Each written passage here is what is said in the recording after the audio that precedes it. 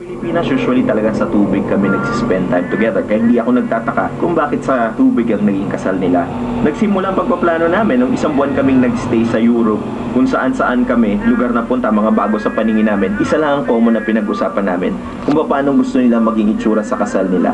Akala ko noon, sounding board lang talaga ako ng dalawa. Kasi ang tanging hiniling sa akin ni Juday na i-prepare sa kasal niya ay yung breakfast niya na noodles at chocolate drink. Hindi ko naman alam na aabot ako sa pag-host ng TV special. Marami pa kayong napanood sa telebisyon tungkol sa pag-iibigan nila, ang mga ups and downs ng relationship nila. Ako bilang kaibigan, hindi ako nangialam. Pero sa likod ng lahat ng pangyayaring ito ang isang na-witness ko at nasigurado kong tutuloy sa simbahan ng dalawa. Si Juday, likas talagang malikot yan at maharot. Video to, speech! Speech!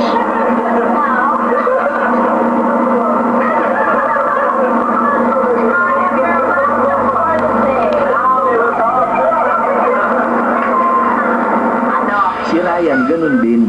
Baka akong di marunong sumusunod. Aber, pakitaan mo nga kami dyan. Yun. Hindi, yung todong kita, yung pang wide shot.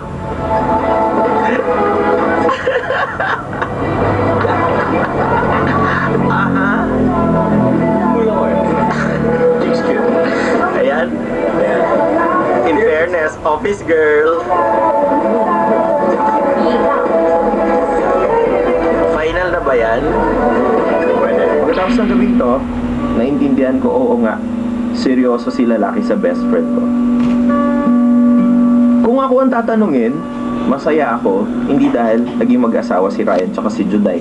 Care ko naman. Masaya ako dahil yung dalawang pinakamalapit na tao sa puso ko, pinakasalan ng isa't isa. Kung kinakailangan, hugutin ko ang langit at lupa, gagawin ko para magawa ko yung wedding.